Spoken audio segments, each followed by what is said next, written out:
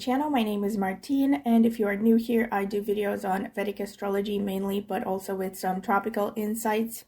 And I focus on both natal and relationship astrology. And if you like this video and you would like to see more content from me, please like, subscribe, hit the notifications bell to see when I will post a new video. Also, please comment in the comment section with anything that you would like to give as feedback. And also, if you're interested in a personal consultation, I do consultations on a wide variety of topics. You can email me at the email that I will leave in the video description, and I can send you a pricing list and further details. Thank you. And also, I have started a tarot channel more recently than this channel, and I'm also going to be linking that in the video description. If you're interested in tarot, go ahead and check it out. Maybe subscribe. I would greatly appreciate it. And also, I do tarot readings as well. And if you're interested in getting a private tarot reading from me, you can also email me at the email in the video description. Thank you. Okay, so today's topic is, like I said, going to be about the Darakaraka description. Okay, and mainly, well, not detailed description, but it's going to be about my empirical observations, also what some of the Vedic teachings are about Darakaraka with respect to what it stands for, what it represents in a person's horoscope. So once again, just to remind you, the Darakaraka is one of the personal partner archetype indicators in your horoscope. And it's calculated based on the natal chart. It is the planet with the lowest degree in your natal chart, irrespective of sign. So this means that if you have a planet in 1 degree Pisces and it's the 1 degree is the lowest degree that you have among all your planets, and I'm especially talking about the planets from Sun to Saturn. So the Darakaraka can only be one of the 7 Karakas, or physical planets, basically. So the Sun, the Moon, Mercury, Venus, Mars, Jupiter, or Saturn. The Darakaraka cannot be Rahu or Ketu because those are not physical points. They're not physical planets, sorry. However, they can be influenced by Rahu or Ketu, of course, by aspect. So, according to Vedic teachings, the Darakaraka represents your partner archetype. It is basically the opposite of the Atmakaraka, which is the planet with the highest degree, and that represents you and your path in this life, basically your soul's purpose. It's not the only indicator of your soul's purpose, but it's one of the main ones. So the idea being that this planet with the lowest degree will show the type of partner that you are attracted to throughout this life. And of course, since it can be different planets, that partner is going to take on different characteristics, right? So if you have the Sun as Darakaraka, you might be attracted to partners that are very confident, very extroverted, have leadership abilities, are very creative and expressive.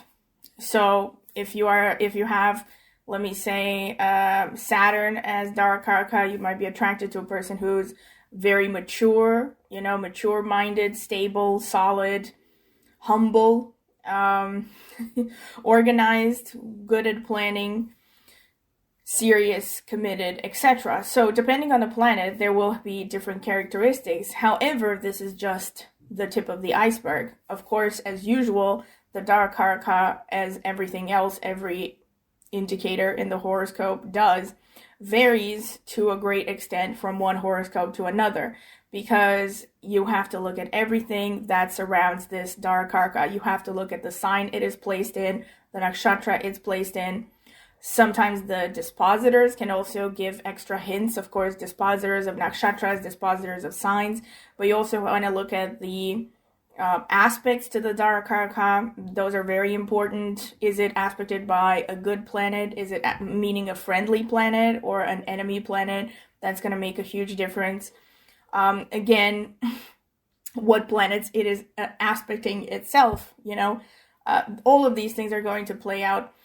And two, also, as a last mention, you also want to look at the house, because that's going to show the area of your life as far as I've noticed, and again, this is not necessarily something I've read in traditional interpretations, but where the Darakaraka sits, in my experience, has shown what people expect from their partner the most. What area of their life do they expect the partner to help them with the most or to change the most?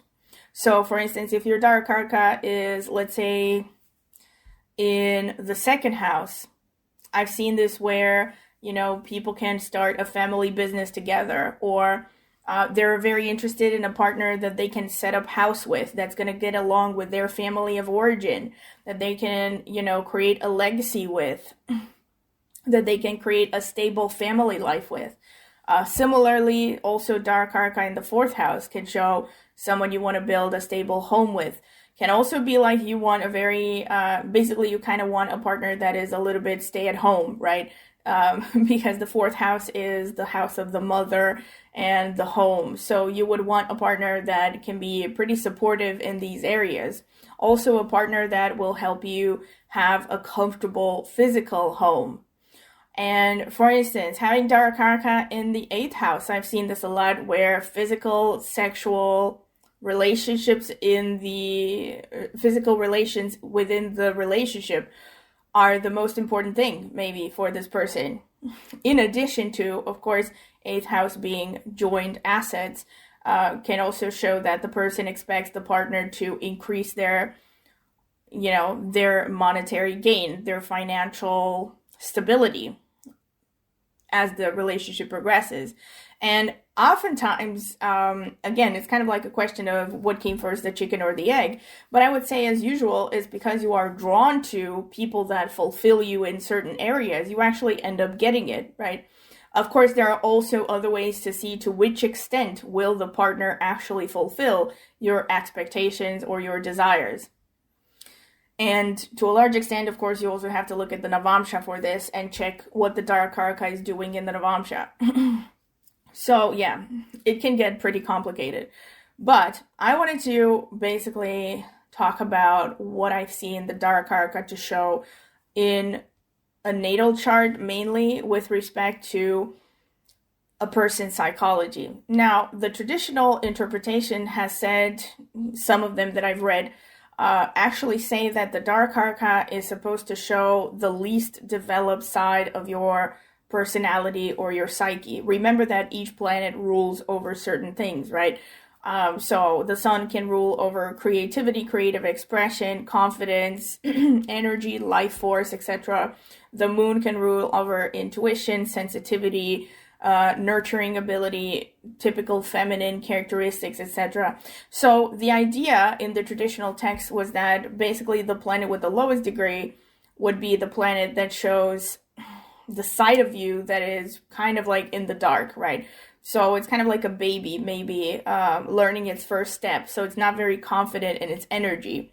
What I have noticed though, I don't know about being the least developed, actually, what I have noticed is that people sometimes are not conscious of their Darakaraka energy. So it's kind of like a blind spot, if you will, or sometimes can be a shadow side, right? Especially if it's a negatively impacted Darakaraka, it can show some side of you that, as any side of you that becomes unconscious, it can turn into, a part of you that is sabotaging you. But let me not overcomplicate things. For instance, let me give an example. I used to know one of my actually childhood friends, for instance, has Mars's Darakaraka. And you would expect Mars's Darakaraka to give a person who wants a very masculine partner, right? A very assertive, typically masculine partner. Also with Mars or Venus as Darakaraka's, physical expression in the relationship becomes very important. So sexuality becomes very important. With Mars, it's more about like literally the physical passion. With Venus, it can also be like romance and fluff and stuff. But going back to this example, so this is a woman that, for a long time, she would always say things like, oh, I don't really see myself as a feminist. Like the way that she portrays herself, and I think the way that she sees herself is really not particularly, how should I put it, possessing of any of the typical qualities that a feminist would have. But at the same time, if you actually look at her life, she is a very assertive person. She left home at a pretty young age and, has managed to get several well-paid jobs, some of them managerial, sometimes travels alone, actually has traveled alone considerably. So basically, if you actually look at her, and also when it comes to her personality, she has a pretty strong personality, she's not a pushover. So it doesn't seem to me like, she lacks Mars qualities, but it seems to me more like she's trying really hard to downplay her Mars qualities. And I think the reason for that is because she is not conscious of her Mars qualities. Now, of course, to some extent, this can also depend on individual horoscopes, because of course, if you have like Mars in the first house or conjunct a luminary, then you are more likely to own this energy, right? In addition to maybe hoping that the partner will have some of the same qualities. But if the planet is not particularly well represented, you might tend to just sweep it under the rug and just not even realize that you possess those qualities represented by that planet. Another example I can think about is, for instance, a woman in my family who has Venus's Darakaraka. Now, Venus's Darakaraka, especially in a woman's chart, can be particularly interesting because Venus represents, feminine qualities. How should I put it? Yeah, feminine qualities, but feminine seductive qualities, the ability to attract a partner. And everything that has to do with being seductive, attractive, that's Venus, and art as well, your artistic abilities. And this woman that I can think about, first of all, has married a person that was considered well above average attractive. So generally Venus, but again, the question of the chicken or the egg, of course, always stands, which is it that the Venus as Darakaraka actually gives a person an attractive husband or wife? Or is it that the native doesn't even notice people that are not attractive? It's because if you have a certain Darakaraka, it shows that that's what you expect from your partner, right? So if you have Venus's Darakaraka, irrespective of your gender, you're going to want a partner who is good looking, traditionally good looking, because Venus is, not just, see, that's the thing. When a woman has Venus as a Darakaraka, this is not just about wanting a husband who is handsome, right? Who has like rugged features, but actually it's about wanting a husband that is beautiful, that has nice features, that has even almost effeminate features, and this is actually true for this person that I can think about. Not effeminate in the sense that he wears makeup, but has certain features that are, seen as traditionally attractive, irrespective of gender, or even more attractive in women than they are in men, like having wide eyes or having full lips and stuff like that. So that's what I've noticed.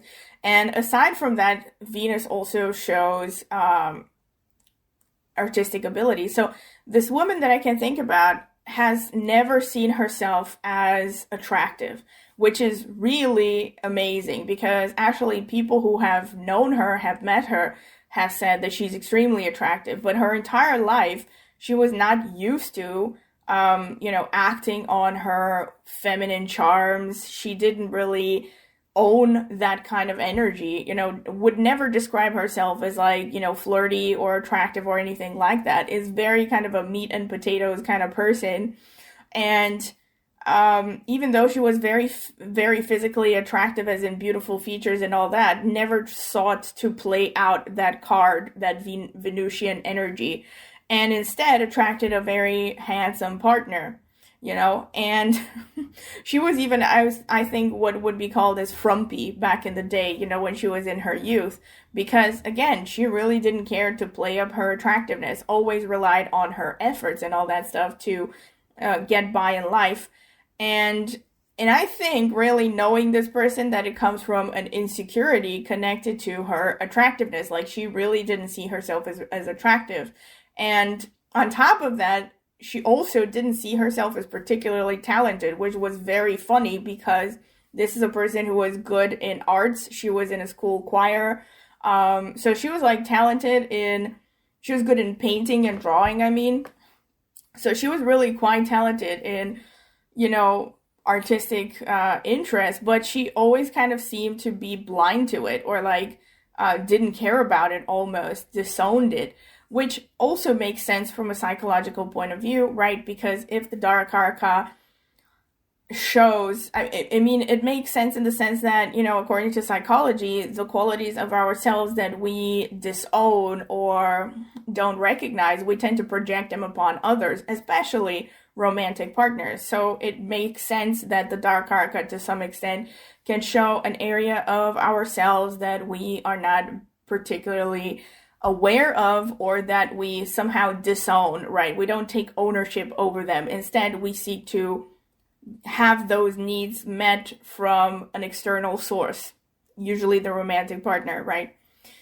So this is something that I have noticed in general. And aside from this, let me think, what else did I want to say? Pretty much, yeah, these are the main things, actually. With respect to the Darakaraka, I am going to get more in-depth talking about each Darakaraka planet, you know, starting next week, and I will be making again a separate video for each planet, and I will try to get more in depth there with respect to aspects from planets, what they could mean, what planets are good, what signs are good. But of course, it's only going to be still at a pretty surface level, because as I mention all the time, you do have to look at the whole situation. It's not enough to just look at one sign or one placement. You know, and also with respect to the Darakaraka and getting your needs met, getting your dreams met through the partner, you also have to look at the Navamsha to a large extent. So yeah, this is pretty much what I wanted to say. This was just a short introduction to the Darakaraka for me to explain what it is, what it stands for, and so that I don't have to explain this with every video that I will be making in the series.